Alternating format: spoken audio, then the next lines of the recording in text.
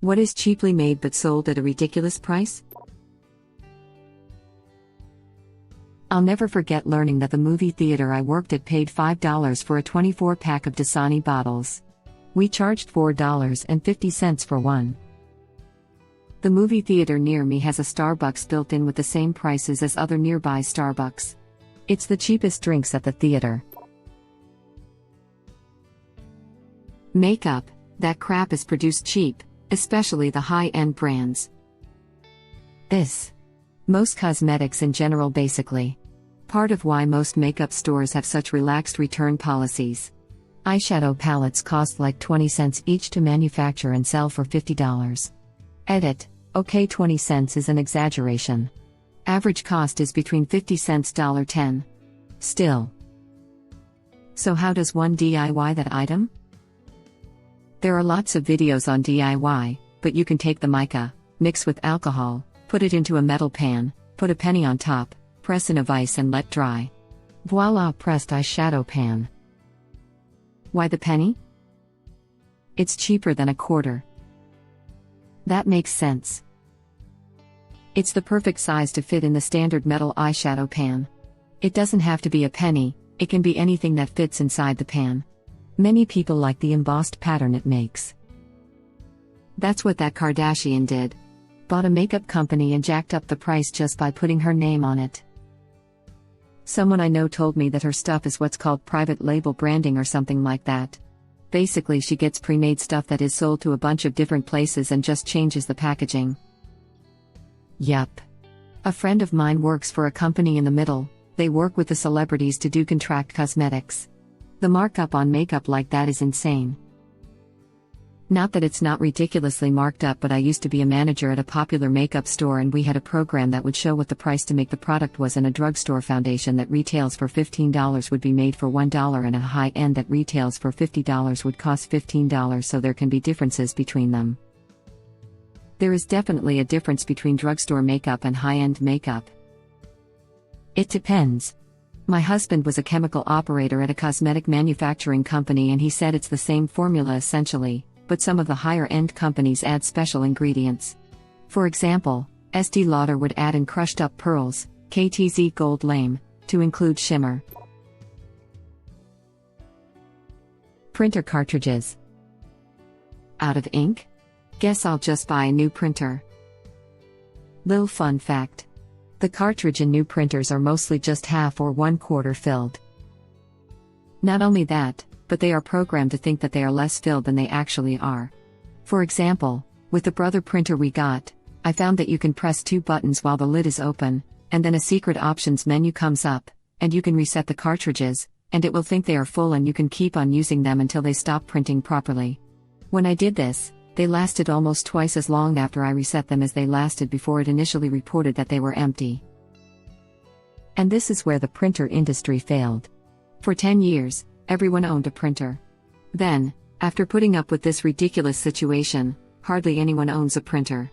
In the music industry, signable PDFs have replaced printing completely, whereas in 2010 every release and agreement was printed and or faxed. Holy crap, I never actually thought about it. Effing crazy. Before 2005 you could get copies made at every grocery or convenience store. Then home printers came on, but now copies pretty much require a trip to Kinko's. Honestly, not many people I know actually have a printer of their own. It's honestly just not worth getting one anymore for most people. Shout out to the public library though. Mine lets you use their printers and copiers for free, but I know some charge like 10 cents for a dozen copies or something. I have an HP LaserJet 1020 that I bought nearly 20 years ago. It's black and white, slow as hell, and sounds like a jet engine, but it costs fractions of a penny per page. 20 cents a sheet at our library. Still coming out way ahead. Inkjet printers are such a scam. Whenever a business encourages you to go paperless to save the environment or whatever, no. They're asking you to go inkless because crap's expensive. Got a link to the tutorial that taught you that? They also had a video on this. Web link. Damn, this is awesome, thank you. Wouldn't be surprised if retail cartridges are moving to 1/4 filled as time marches forward. Out of cyan ink? Nah, I'm not going to print this black and white paper. My effing inkjet failed to scan because it was out of ink. Yeah, I had an Epson that stopped doing anything because it was out of one color, and replacement ink was about $115. So I bought a laser printer for $75. OF Epson so hard. So hard. I was tired of my ink cartridges drying out, so I bit the bullet and got a HP color laser. Has worked great for years. I knew the toner was pricey, but holy moly, it was like $400 for all HP cartridges, a little more than a new printer. I rolled the dice on some cheap Chinese knockoff toner from Amazon for like $30, and seems to be fine so far. So yay, toner for laser printers too. Also upgraded to laser after my multifunction inkjet failed to scan while out of ink. WTF, also laser won't dry up and needs to be cleaned each print. Apparently printer ink is more expensive, by gallon, than human blood. Came to say this. I remember seeing a video where a guy said that making one cost about 12 cents but they sold for more than $10. That's where the companies make their money from printers. My mom has a printer that uses tanks of ink which you can refill instead of cartridges. She says it's cheaper and better for the environment, and we've had it for like 2 years now and we've still not used up the ink bottles it came with. I'm a kindergarten teacher, so our office uses lots of color ink for kids' worksheets and crafts and so on. We use those large tanks. Even with 20 teachers printing all through the day, one refill lasts a good month or so. Then we just have extra bottles on hand to refill them. They're an excellent solution. Carbonated beverages and popcorn are what keep restaurants and movie theaters in business. The amount of actual soda syrup in a 20-ounce fountain drink is worth pennies, it's mostly water. And look at how much ice they add to the cup. It's a major profit center. I think it costs more for the ice than the drink. And candy. Lots of candy. Edit, it's weird this blew up. Edit 2, some person on Reddit doesn't like pointless edits. And candy. Lots of candy. Which also keeps dentists in business. Movie theaters, I fully understand, but restaurants? Are you referring to chain restaurants or all restaurants? All restaurants that would offer fountain drinks. I used to go to a game store that had a decent soda fountain. You could pay $5 for unlimited soda for the night. I talked to the owner, and asked how he manages to run a profitable game store where no other game store in the neighborhood succeeded. He told me that the $5 fountain deal single-handedly gets the store to turn a profit, and the games/cards he sells are only there to get customers in the door and play D&D/Magic at his store. Food costs a lot, but soda is effing pennies for the store selling it. At a certain point you'll see restaurants transition towards selling alcoholic beverages over sodas because alcoholic beverages have even higher profit margins, but naturally there's certain barriers of entry, clientele, licenses, market, that just aren't there with sodas, which is why you don't see booze at every restaurant. Friend of mine invests in local businesses, and his rule regarding restaurants is he will only invest if they have a liquor license. It both shows they have the competency to get one as well as an absurdly high profit margin compared with food. That's genius. He can sell snacks cheaper than elsewhere, break even, he can sell his product at a lower cost to beat competitors, prizes for Magic are either provided or come from tournament entry fees. You get 20 people to buy the fountain deal every night, and that's probably $99 profit. Not a ridiculous amount, but at the very least it assures you can at least break even and stay open even when sales aren't the best.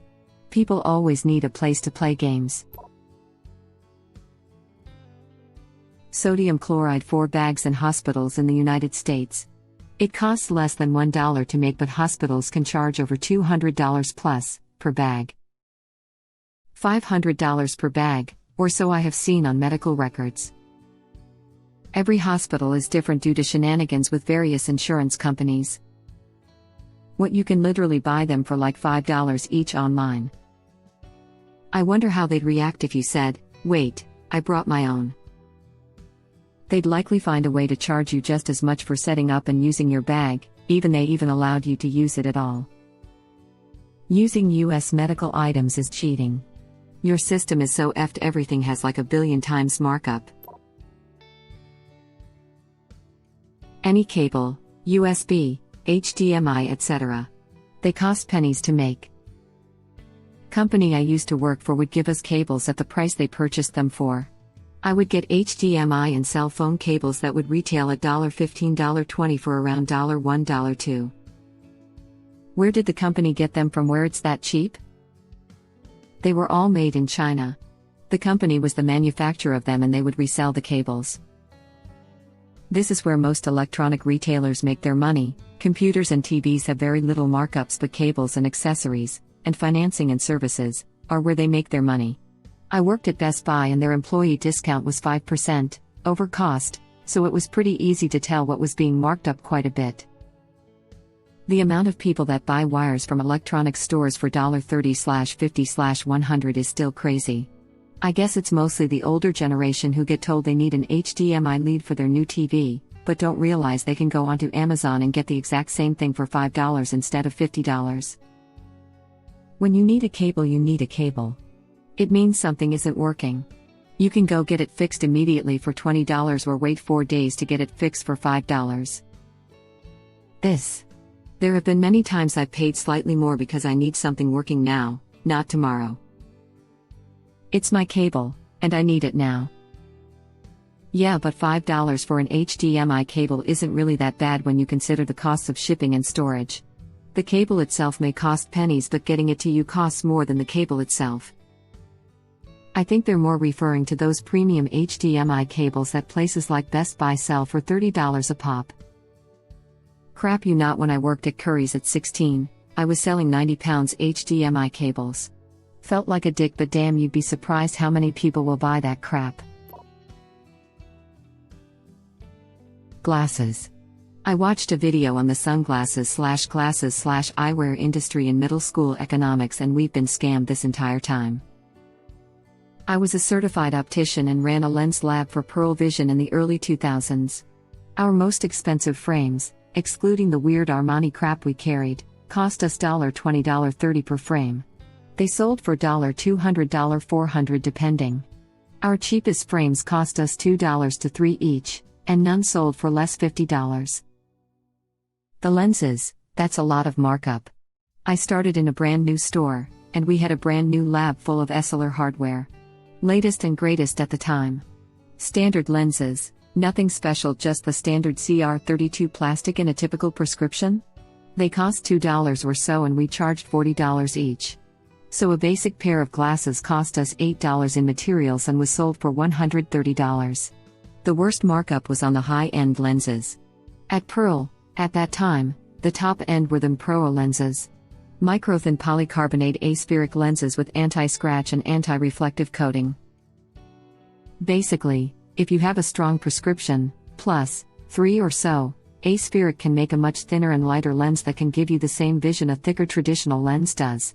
Add an anti-scratch, $, anti-reflective, $, and the cost of the lenses alone were around $400 for the customer. Pearl Vision's cost for the lens blanks? $23. The entire cost of the Essilor equipment in the lens lab at my location was only $250,000, and we regularly sold $800 plus glasses. And the part that I really hate, Main Medicare, at the time wouldn't provide coverage for anti-scratch coating. It was technically an upgrade. We couldn't buy lens blanks that didn't have it. My instructions were to strip the anti-scratch coating when making lenses for Maincare clients. I ran the lab. Guess what I never did? Edit. My recommendation is that you go to your trusted optometrist and find your real results. From there, make your decisions on glasses. I like zenioptical.com.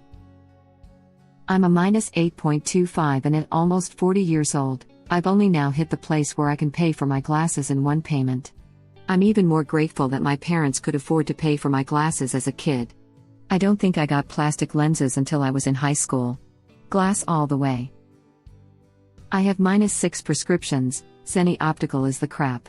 $62 and I can get glasses. My eyes are even worse than yours, and I've had really good luck with Zenni. Even with high index lenses, All the extra coatings and transitions lenses, my last pair only cost about $110. Wow. Imagine putting in extra labor and dollar to prevent the customer gaining value that they haven't paid for. It struck me wrong immediately, but Pearl Vision was a franchise operation, so I don't know if this was a corporate decision or a franchise one. It wouldn't surprise me to find out it was franchise because, oh boy, things were effed up in that franchise. This was a great read, and good for you. Baby clothes are marked up by 1,000%, on average. No kidding. Buying clothes at Christmas for my niece, nephew, and stepson was flooring. Now we have another one on the way. I'm hoping hand-me-downs will be like 90% of the clothing we have for it. If you're not opposed, try thrifting. I have a 3-month-old and got most of their clothes at thrift shops. Most are barely used, and last trip I even got some with the tags on. All for about $1/item. 100% agree, babies outgrow their clothes pretty quick, so it's really easy to find clothes that are in good condition too. I think I've got maybe 3 new outfits for my youngest. Almost everything she wears is from thrift stores and FreeCycle.